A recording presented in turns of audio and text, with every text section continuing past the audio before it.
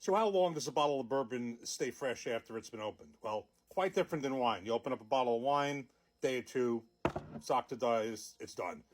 Bottle of bourbon is quite different. First of all, you first open a bottle of bourbon, a lot of people say, and I've seen this to be true, where it gets a chance to breathe, it actually improves after it mixes with air. So that early stage of oxidation actually improves it. But then over time, after a bottle's been opened, and certainly a bottle like this, which is at least 3/4 of the way down, if you leave it like that for a significant period of time, maybe 6 months, a year, some people say 2 years, but I don't even know about that far, then it's not that it necessarily spoils, but over time, maybe the flavor will be a little flatter, maybe not as sharp as when you first opened it. So basically, as in what I do with my bourbons and what you should do in general is whether it's full, or 3/4 down or whatever, you store it in a cool, dark place, and we know all those rules: no direct sunlight, cool temperature, nothing extreme, all like that. But there's another trick also. So, of course, a bottle like this, I have this Knob Creek Single Barrel Select, 3/4 down. I'm going to be looking to finish it, and we're going to be taking a pour of that in a second. But you could also do something else, which I have not done. But I am kind of like, I'm always thinking about, wow, this bottle is, 3/4 down. I got to finish it. You could technically put this into a smaller bottle.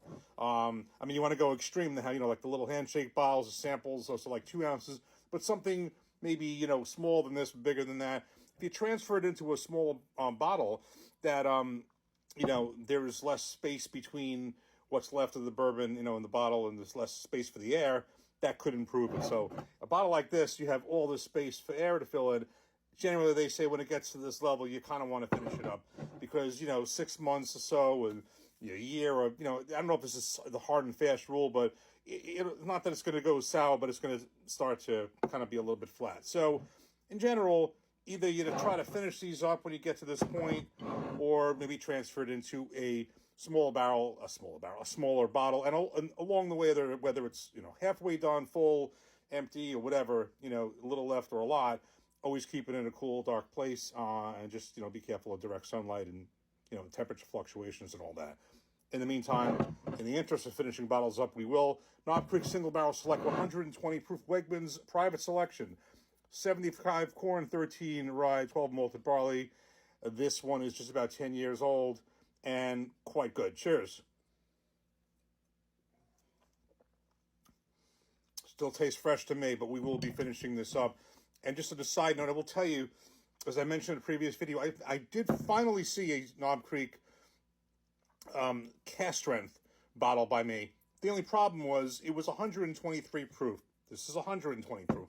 It was about 10 years old. So was this. This was like $59, and that was $79. I'm not going to pay another $20 for 3 proof points in the same age.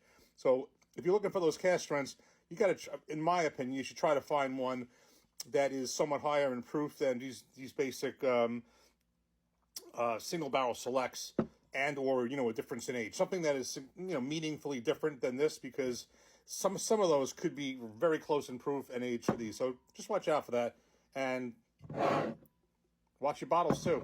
Start getting down, finish them, transfer them into smaller bottles. Just watch how you keep them. Cheers.